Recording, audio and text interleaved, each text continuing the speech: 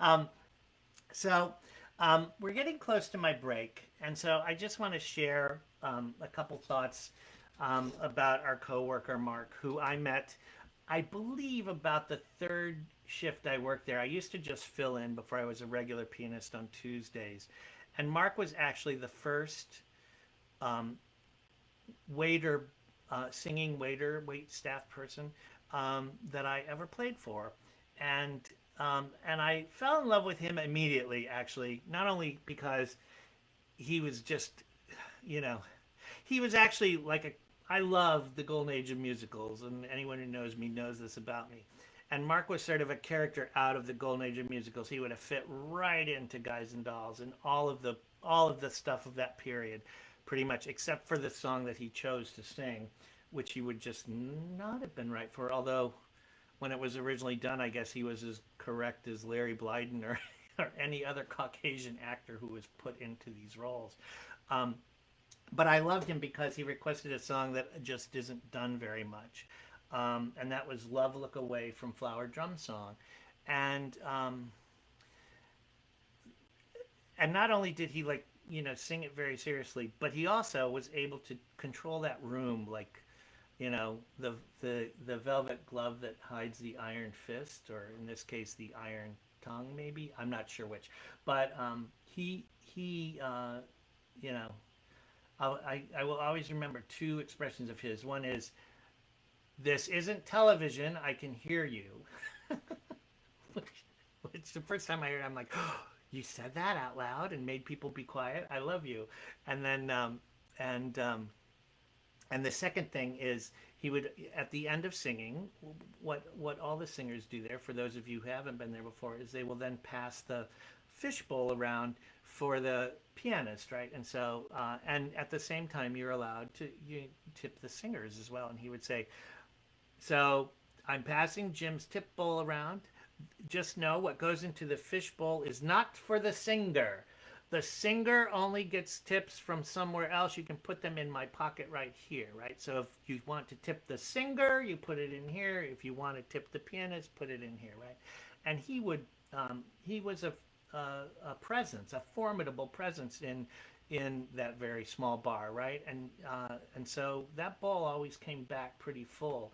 And as we worked together longer and longer, he would time so when he came in that he could sing when he got in, and then right before I broke for the late pianist coming on. And so he actually got in two passes of the bowl, which I usually split part of that second pass with him, absolutely, because that was an unexpected treat. So he knew how to get it.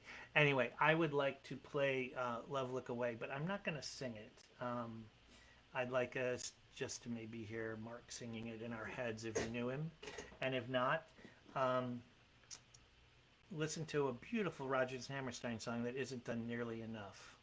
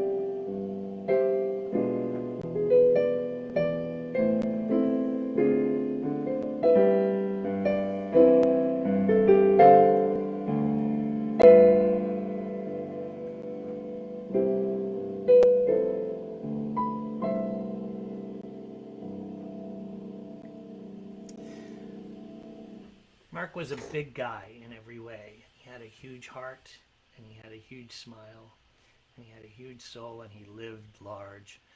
Um, but I know when we come back to Marie's, the bar is going to feel smaller because he's not there.